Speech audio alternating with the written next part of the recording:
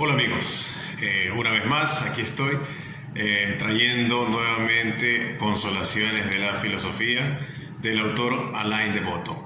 En este momento, en esta ocasión, voy a conversar acerca de la consolación para la ineptitud.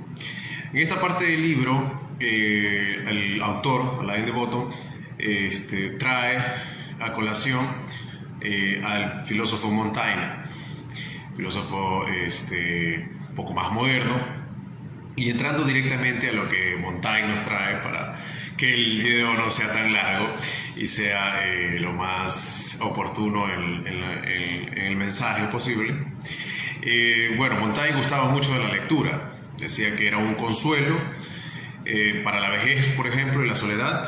La lectura puede ser un buen consuelo, nos libra de la ociosidad, esa ociosidad tediosa, como cuando la gente dice no tengo nada que hacer, y yo creo que lo más prudente, tomando las palabras de Montaigne, es agarrar un buen libro, ¿no? No hay nada mejor que tener un buen espacio del día para dedicarse a la lectura, ¿no? También nos salva de compañías enojosas. A veces podemos evitar tener que socializar con gente que no nos agrada mucho, nos toca. Y la literatura, la lectura nos ayuda un poco a escaparnos de ese mundo, ¿no? Y también nos libra o nos libera de pensares inoportunos, esas ideas que a veces nos aturden o ideas que no vienen al caso. La lectura es un buen camino, es una buena vía para evitar estos pensamientos inoportunos, ¿no? Parte de la filosofía de Montaigne habla un poco del raciocinio que se alcanza pagando un precio por medio de nuestras pasiones, ¿no?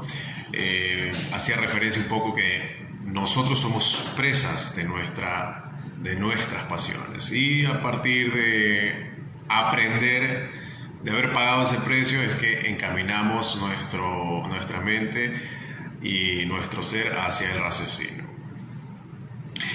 Más allá de aprender de las tonterías que cometemos, decía nuestro amigo Montaigne, lo menester es entender que somos necios, ¿no?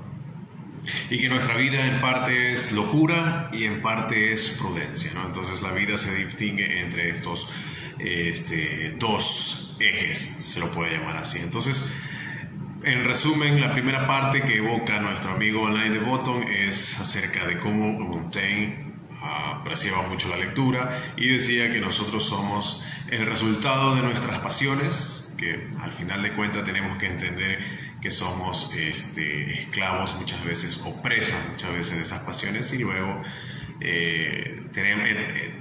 tendemos a entrar en el raciocinio. Ahora, sobre ya los temas que trata Montaigne y en la obra de las consolaciones, hablaba un poco de la ineptitud sexual.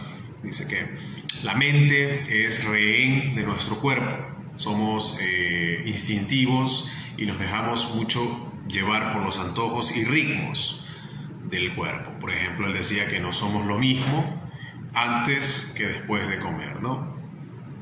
Incluso Montaigne conoció en su época personas, hombres agobiados por su sexualidad, su apetito sexual, que incluso derivando de tantas pasiones o esclavos de tanto apetito sexual, por decirlo de una forma, ellos optaron por la castración como una forma de librarse de eso.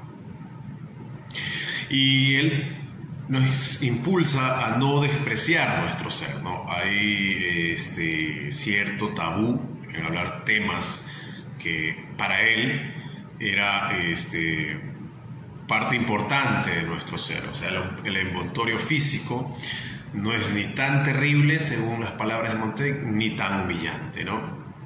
Hay que reconciliarse un poco con esa existencia corporal, y no entendía por qué no se discuten temas acerca de nuestro cuerpo con gente educada. O sea, por ejemplo, hay gente que evita o hace un tabú de hablar temas, por ejemplo, que tienen que ver con nuestros genitales, con nuestros gustos, incluso nuestra forma de aliviar el cuerpo. Él decía, por ejemplo, ir al baño, hacer pipí, o descargar el estómago.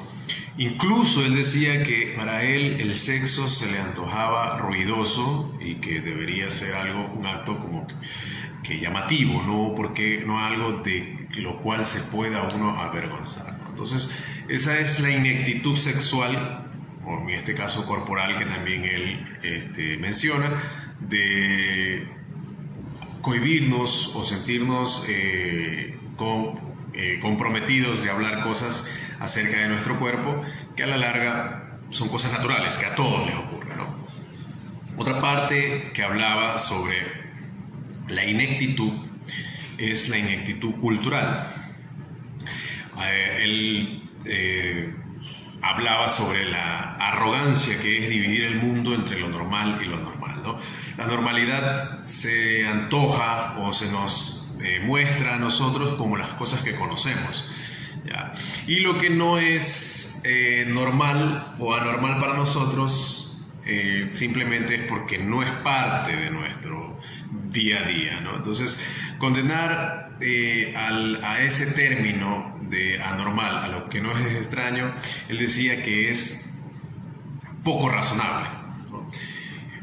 También tomaba las palabras de Sócrates cuando le preguntaban de dónde era. Él no decía precisamente de una ciudad, sino que él decía que soy del mundo. Es decir, como en otra frase que se escucha por ahí, todo lo que me es humano no es ajeno, ¿no? Todo lo que es humano no me es ajeno, ¿no?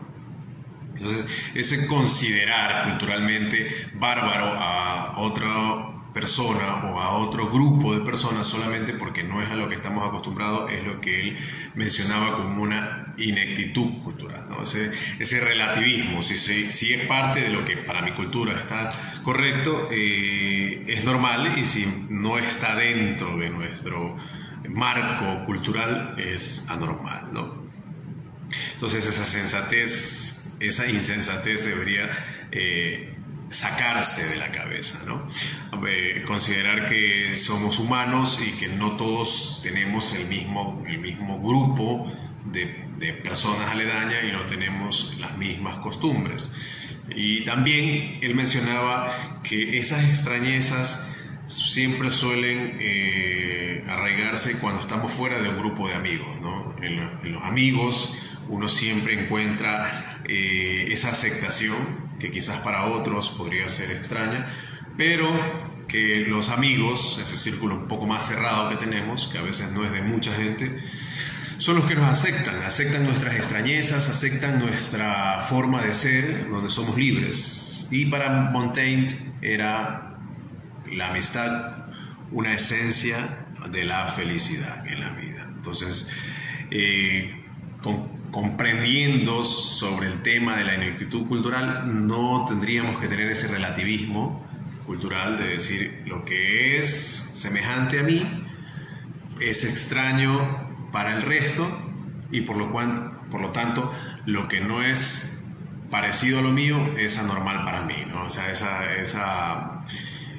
esa división entre blanco y negro, ¿no? Las cosas hay que entenderlas como son, y el mensaje es que los amigos aceptan nuestras extrañezas, que para otros quizás es algo muy quizás anormal, pero que no se han dado la oportunidad de conocer. Entonces, no ser tan inepto culturalmente hablando.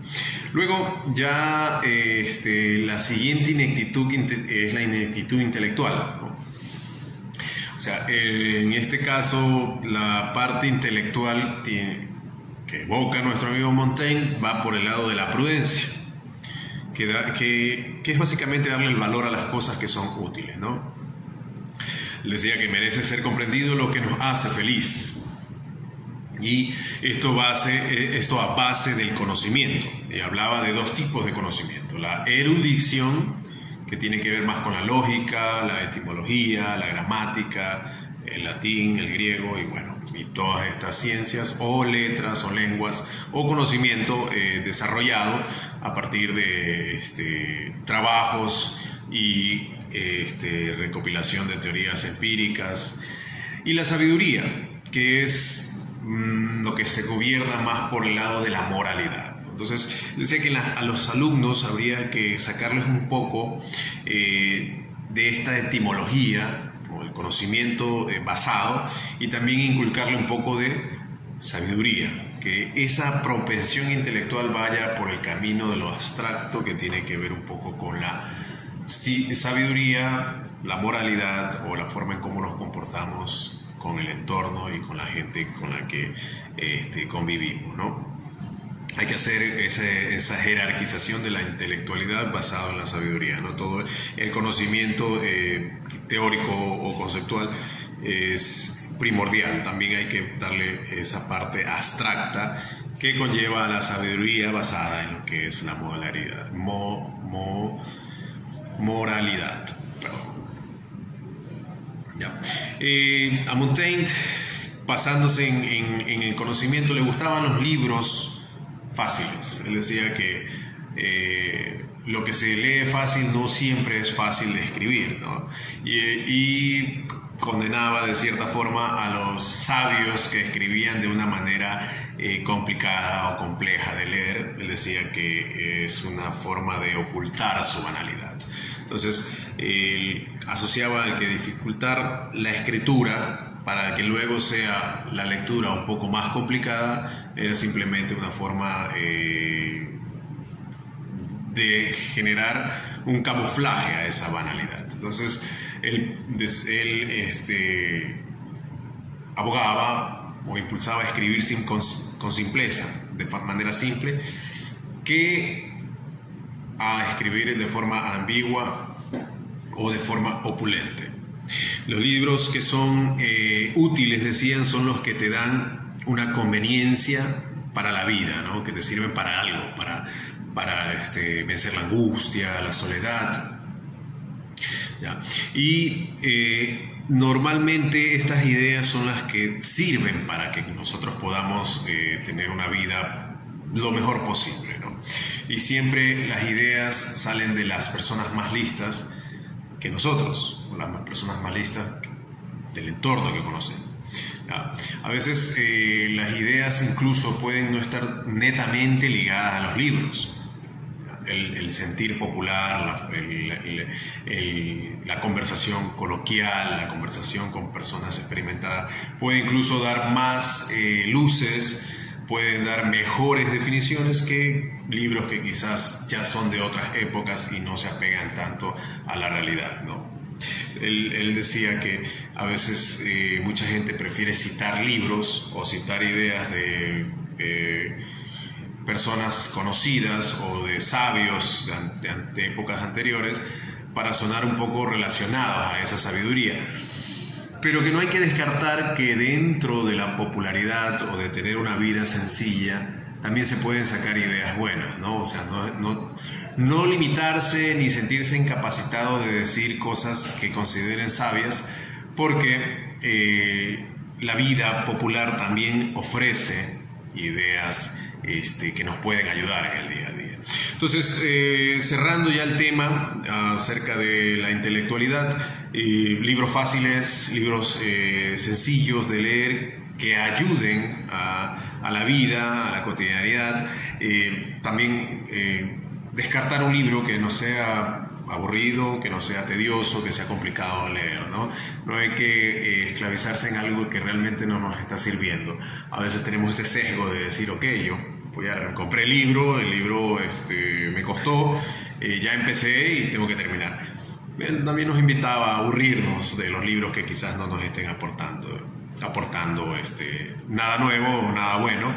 Finalmente, las ideas no solamente vienen de libros de autores pasados, quizás hay libros de autores presentes que son más útiles, y también el sentir popular y la vida cotidiana nos puede dar experiencias y conocimientos. Entonces, hay una frase con la que quiero terminar y que está muy bien ubicada al final de esta consolación, que es: bastante meritorio es llevar una vida corriente y virtuosa, que ansía el saber, pero nunca se aleja demasiado de la locura. Bueno, eso es parte de la consolación que encontramos en el texto, evocando a Montaigne. Muchas gracias por llegar hasta esta parte del video. Pronto estaré con la siguiente consolación hasta terminar el libro. Nos estaremos viendo entonces. dale like si te parece útil y te gusta el contenido.